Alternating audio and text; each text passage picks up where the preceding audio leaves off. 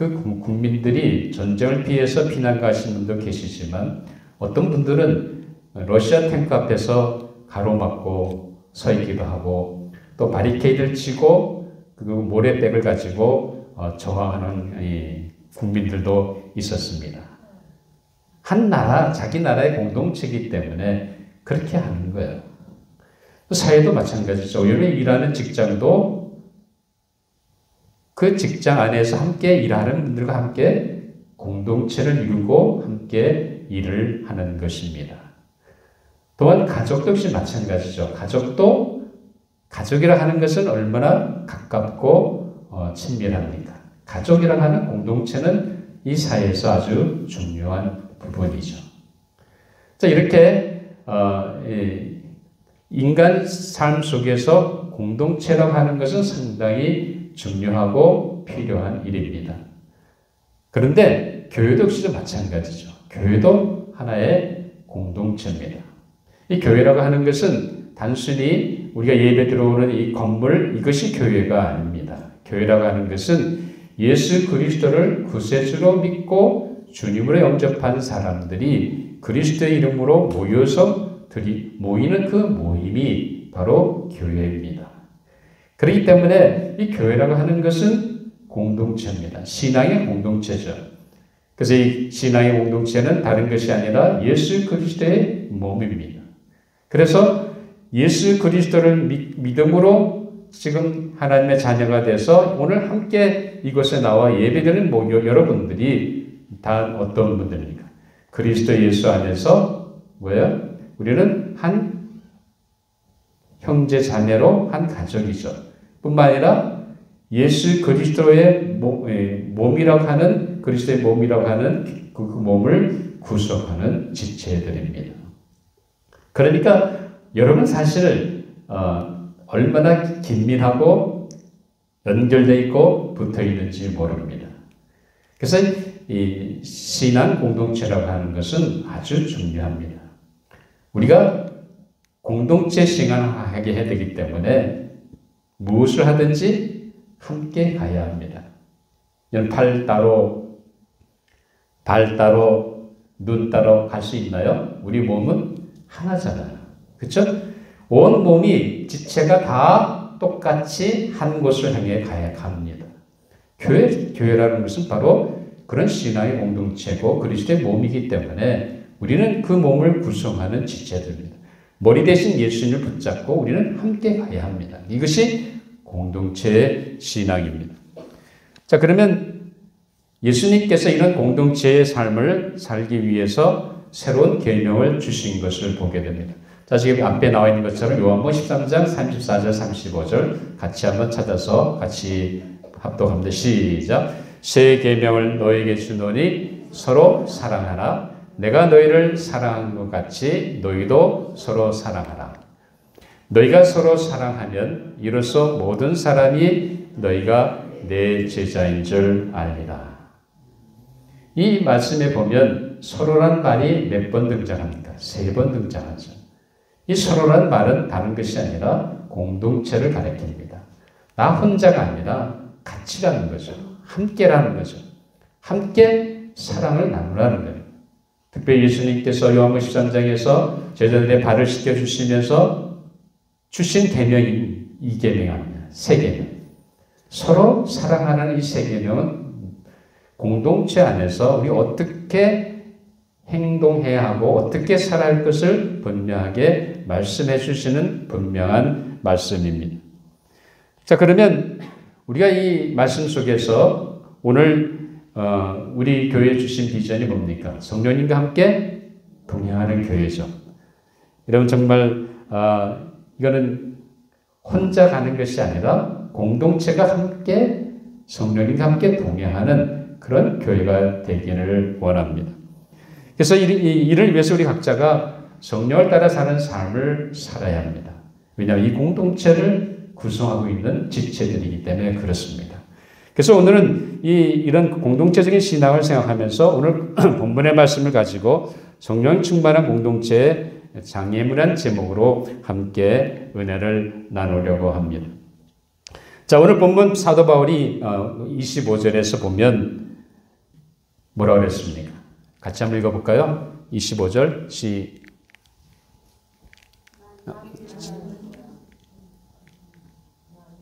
만일 시작. 만일 우리가 성령으로 살면 또한 성령으로 행할지니. 정말 성령에 의해서 살기 원한다고 한다면 성령을 따라 적극적으로 행하는 겁니다. 그렇기 때문에 우리가 어떻게 성령을 따라 성령이 인도하신 대로 적극적으로 성령 안에서 따라 살 수 있습니까? 우리가 지난주에 중요한 세 가지를 나눴습니다. 오늘은 조금 다른 각도에서 우리가 어떻게 성령을 따라 살려가는 걸 생각하면서 공동체 안에서 어떻게 하면 우리가 각자가 성령과 동행하는 가운데 이 공동체인 모든 식구들이 다 같이 뭐와 동행해요? 성령님과 동행하는 그런 믿음의 공동체, 신앙의 공동체가 되기를 바랍니다. 그래서 우리가 적절히 성령을 따라 살지 않는다고 한다면 우리 교회 공동체는 성령을 따라가는 삶을 살 수도 없고 교회가 될 수도 없습니다. 그렇기 때문에 이 공동체를 구성하는 각 개인이 한 사람 한 사람이 성령님과 함께 동행하는 삶이 중요합니다. 그렇기 때문에 여러분 각자가 성령을 따라 사는 삶이 있어야 됩니다.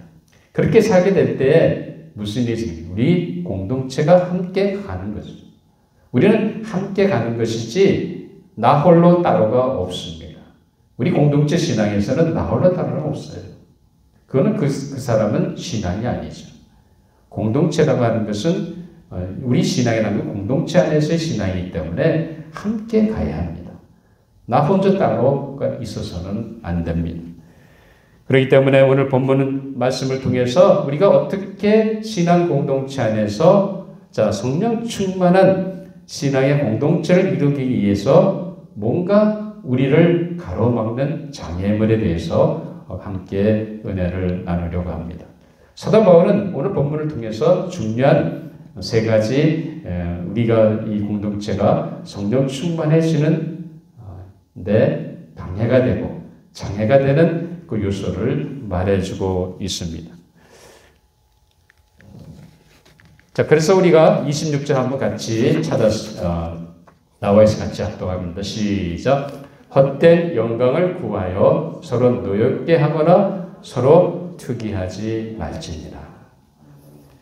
여러분, 여기 보면 사도 바울이 무슨 얘기를 하는 거예요? 제일 처음에 헛된 영광을 구하여 그랬죠. 여러분, 지금 바울이 얘기하는 헛된 영광이라는 게 뭐라고 생각하십니까? 여러분, 우리가 삶 속에서 우리가 당연히 예수 그리스도를 믿는 하나님의 자녀로서 우리가 당연히 구해야 될 것이 뭐죠? 그것이 하나님의 영광이죠. 그런데 우리는 자꾸 뭘 구해요? 헛된 것을 구한다는 거예요. 그럼 도대체 헛된 것을 구한다는 것이 구체적으로 바울이 우리에게 무엇을 의미하는 것입니까? 오늘 그것을 우리가 분명하게 알아볼 필요가 있습니다. 그래서 이 신앙 공동체가 성령 충만한 공동체가 되기인데 가장 첫 번째 장애는 다른 것이 아니라 내 자신이 이 공동체를 구성하고 있는 한 사람이 마치 내가 최고인 양 의시되는 그런 오만한 태도가 있으면 그 공동체는 성령 충만한 공동체를 이루어갈 수 없다는 겁니다. 그래서 헛된 영광을 구하지 말라는 거예요. 자기만이 잘났고 자기만이 최고고 내가 하는 것은 뭐든지 다 옳다고 주장하고 내가 하는 대로만 해야 되고 그런다고 한다면 어떻게 되겠습니까? 지금까지 이민교회 역사 속에서 왜 교회가 나눠지고 다투었습니까? 그거는 교회의 머리 대신 예수 그리스도가 주인이 아니고 누가 주인이 된 겁니다. 내가 주인이 된 거예요. 내가 장로든지 내가 목사든지 내가 집사든지 뭐든지 간에 내가 나서서 내가 마치 최고인 양 마치 내가 제일 잘하는 양 내 식대로 내 방식대로 해야만 된다고 생각합니다. 그래서 교회가 어려워지게 되는 거예요. 그래서 교회가 나눠지게 되고 교회 안에 분쟁이 생기는 겁니다.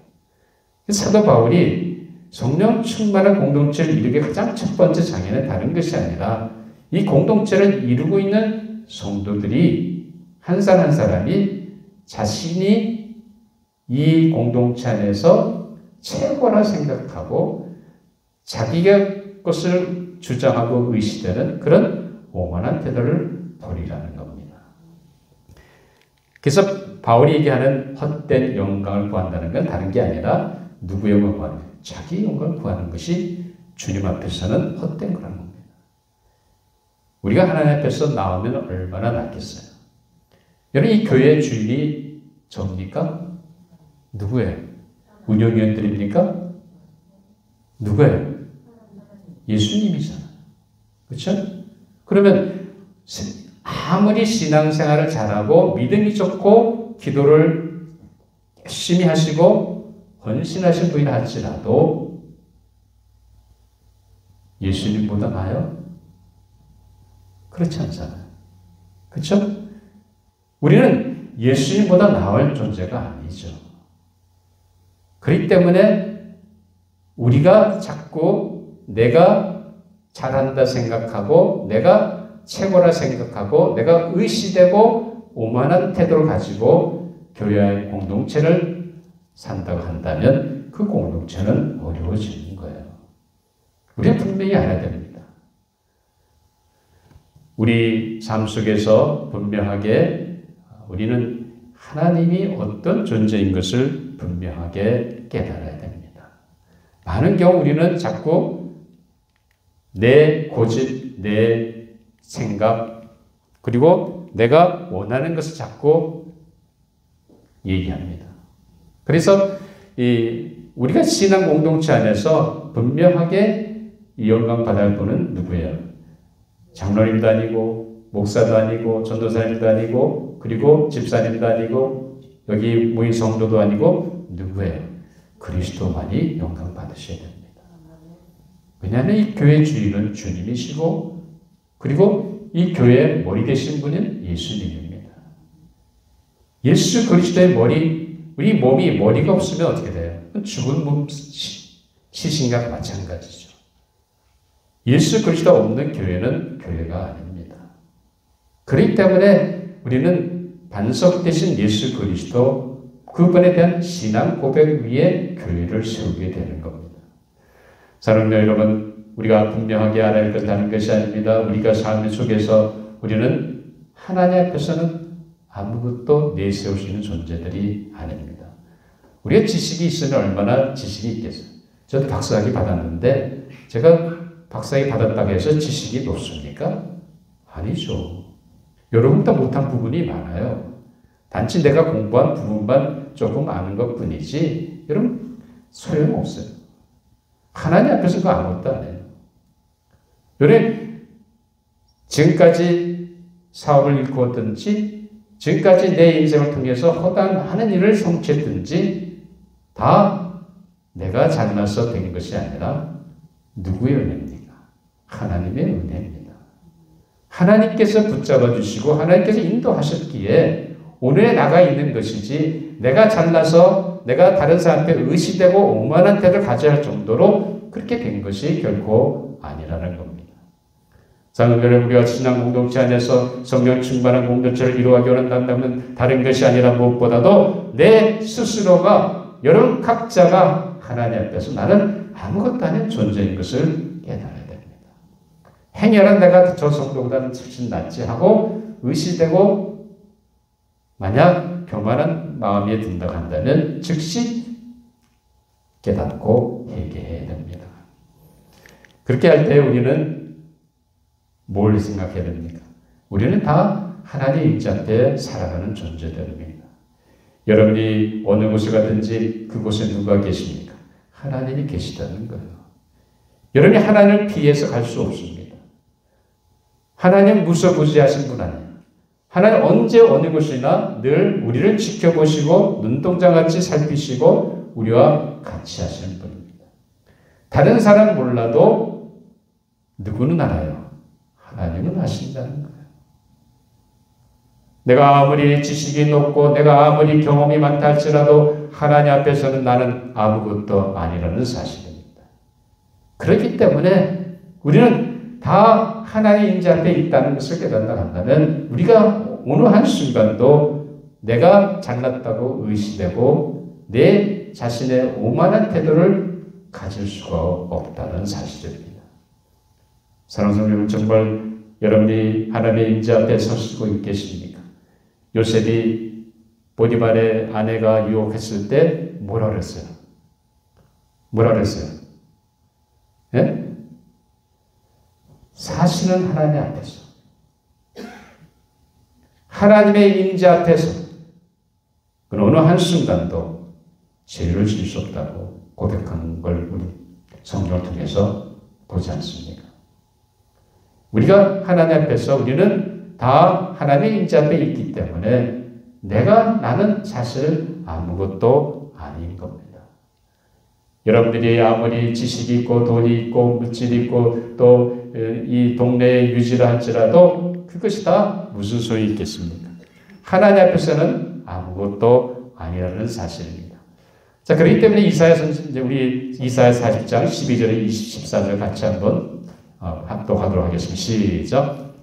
누가 손바닥으로 바닷물을 헤아렸으며 뺨으로 하늘을 쟀으며 땅에 티끌을 대에 담아 보았으며 접시 저울로 산들을 막대 저울로 언덕들을 달아 보았으냐. 누가 여호와의 영을 지도하였으며 그의 모사가 되어 그를 가르쳤으냐. 그가 누구와 더불어 의논하셨으며 누가 보이지 않죠? 누가 그를 교훈하였으며 그에게 정의의 길을 가르쳤으며 지식을 가르쳤으며 통달의 도를 보여주니 보라 그에게는 계속해서 읽죠. 15절 보라 그에게는 열방이 통에 한 방울 물과 같고 저울의 작은 티끌 같으며 성들은 떠오르는 먼지 같으니 라고 선포하고 있습니다. 여러분 전지전능하시고 무소부재하시고 모든 것을 통달하시고 아신 명철하신 하나님 앞에서는 우리 아무것도 아닌 존재라는 거예요. 그러니까 우리가 이제 수시로 하나님의 임재 앞에 있다는 것을 깨닫는다면 우리 어느 한순간도 내 자신이 잘났다고 의시되고 오만해질 수 없다는 거죠. 하나님이 계신데 하나님 앞에서 티끌 같은 나 같은 존재인데 내가 감히 뭘 할 수 있겠습니까? 우리가 그 하나님의 임재 앞에 있다는 것을 순간순간 깨닫는다 한다면 우리의 오만한 마음이 사라질 수밖에 없습니다. 사랑하는 여러분, 우리가 교제 가운데 함께 공동체 안에 생활할 때 우리는 늘 하나님의 임재 앞에 있음을 인식하시기 바랍니다. 그래서 어느 한순간도 자신을 드러내는 것이 아니라 우리가 누굴 드러내야 되나요? 나 자신을 드러내는 헛된 영광이 아니라 예수 그리스도를 드러내고 하나님을 드러내야 된다는 거죠. 그렇다고 한다면 적어도 우리 교회가 성령 충만한 공동체가 되는 첫 번째 장애는 분명히 제거될 줄 믿습니다. 이런 은혜가 우리 모든 성도의 삶 가운데 있게 되기를 주님의 이름으로 축원합니다. 자, 둘째로 우리가 중요한 것은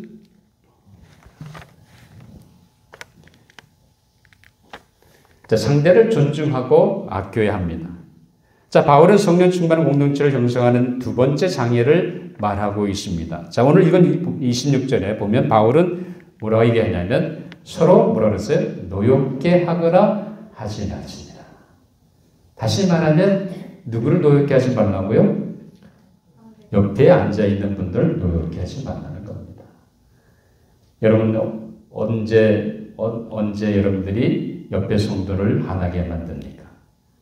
내가 저 사람을 무시하고 저 사람이 말할 의견을 청종하지도 않고 경청하지도 않고 아예 무시한다고 한다면 옆에 있는 그 사람이 얼마나 난감하겠어요.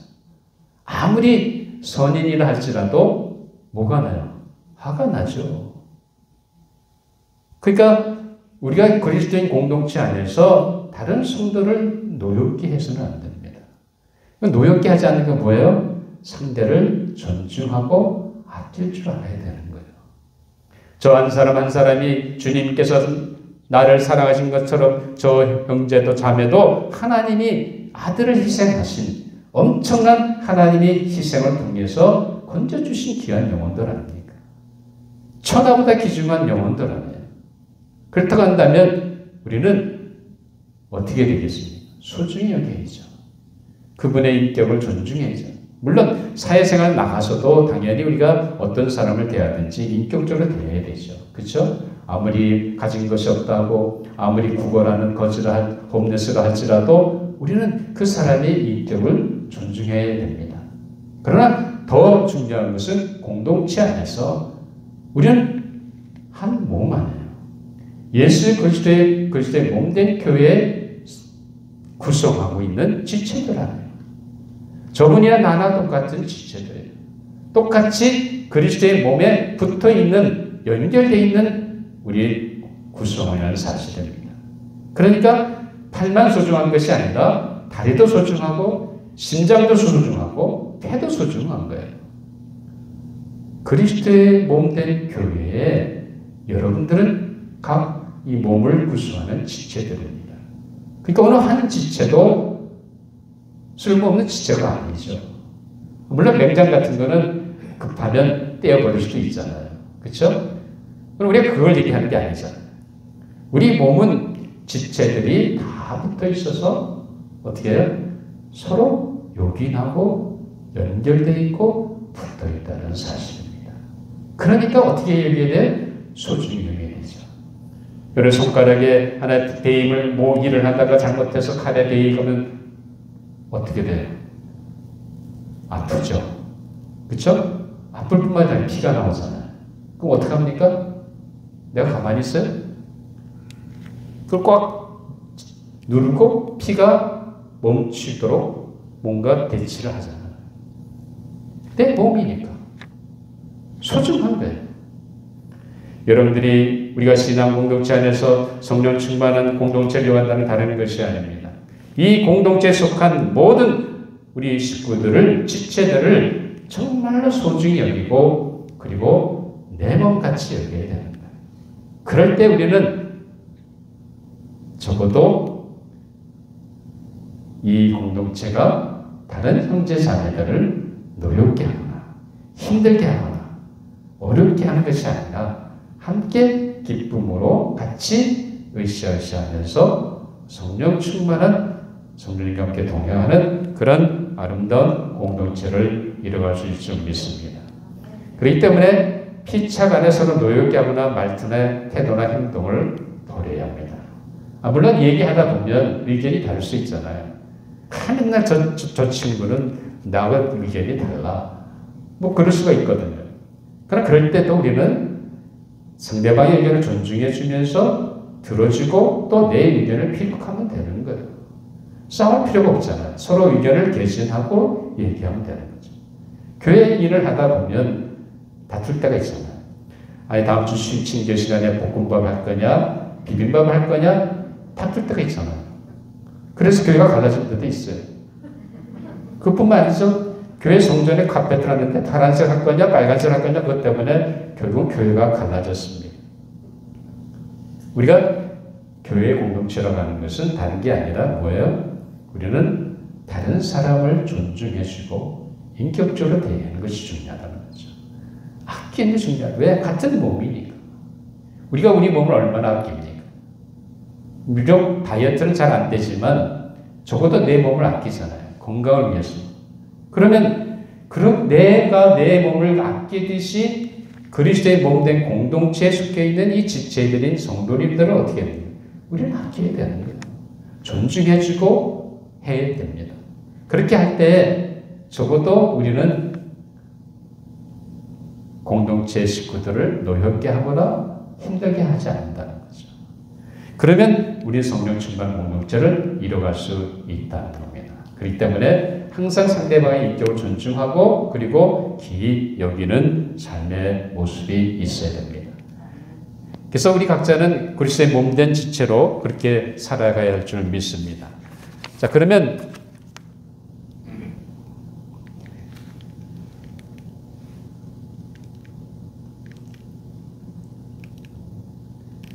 우리 그러면 안 넘어가네. 자, 우리 에베소 4장 15, 16절 같이 한번 읽어보죠. 시작. 오직 사랑 안에서 참된 것을 하여 범사에 그에게까지 자랄지라. 그는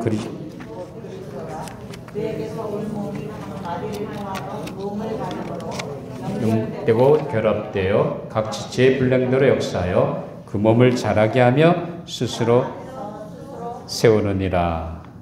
자, 이 말씀 아까 말씀드렸습니다만 우리는 서로 연결되고 붙어 있다는 거죠. 지체이기 때문에. 그래서 어떻게 하는 바울은 그렇기 때문에 더욱더 우리가 그리스도의 공동체 안에서 뭘 하라고 얘기합니까? 여기 보면